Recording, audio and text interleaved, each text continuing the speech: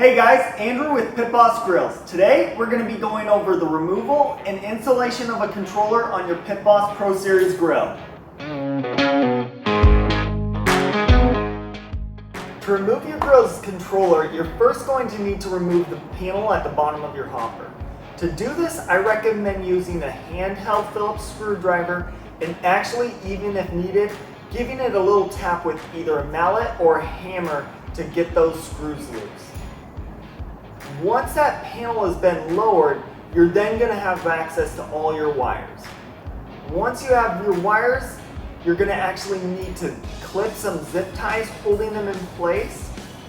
Then we're going to disconnect all the plastic connections. There are going to be 4 white connectors and 1 black connector.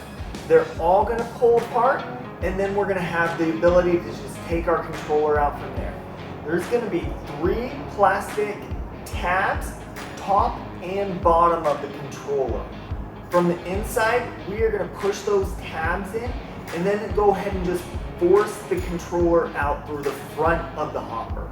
From there, replacing the controller is simple, doing everything all in reverse, connecting our black and white wires to black and white, red and white to red, yellow and white to yellow, purple and white to the white braided wires, and then we're going to go ahead and connect the 2 black connectors together.